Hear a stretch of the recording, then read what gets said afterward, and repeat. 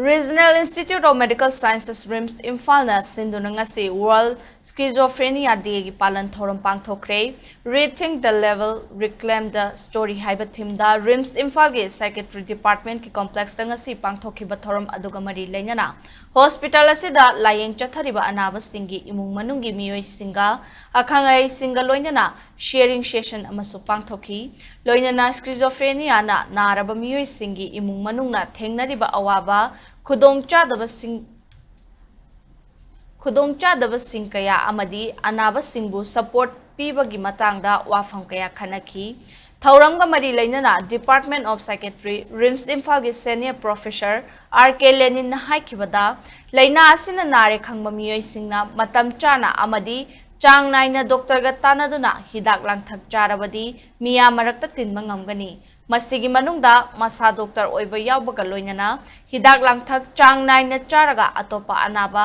layeng ba yauri loinana awangba thaki fam paiba miyoi kaya leina asina narabasu mahausagumna thabak tawba yauri maram aduna aikhoina mipainingai oide haiki Naningba amana jasno aina naningdana nabasu nate bai magi laibo tamam haibaduni adubu aikoi gi topam thokpai thongdang ni karino haiba kanda aikoi na narakbaga kui dana ekan chingna baga akhang ahiga nanaraga yengthokpiba asina koi gi thogoiba aduga pharakpa kari oirakpa haibaduna isorgi nongdamni aduga doctor sing nursing psychologist laibu mayam sina bai dagi hena phaba makhal gi lain do kadai da kari lagi khijan jaba mayam da dugi mateng do koi pamjaba asina koi gi thongdang ba aduna koi mayam si sai gi thosi tawnasi tawminasi aduga phabarom da laminasi naba thimba haibadudi khar ware naraga dai koi da thuna laing horaga koi mayam gi marakta tinba ngam haibasine koi gi tawgada bai those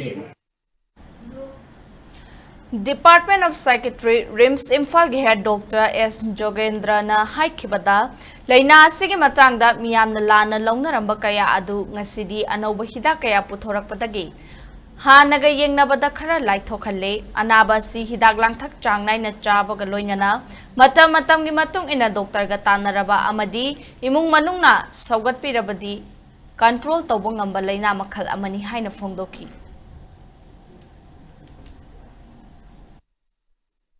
Kananuma schizophrenia naba mutamda akone huje haje se is a chronic illness hai ada bada apagi diabetes na base sige cure lebra na taibu diabetes se naradi adi akone control hai mar sugar wangani ka amu khagini aduge akone bronchial asthma na kamu je pura amtang phabra ne adi chichu akone control hai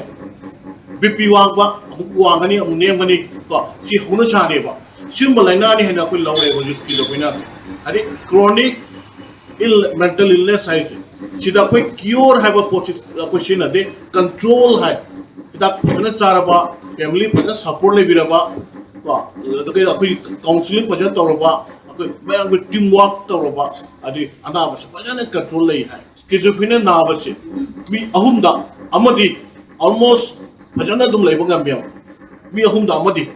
Padan lang thuaga thabangam tawani even family the contribute tawanga mani society the contribute tawanga mani padan lang bi ati si anu information ya ko ni ko injury se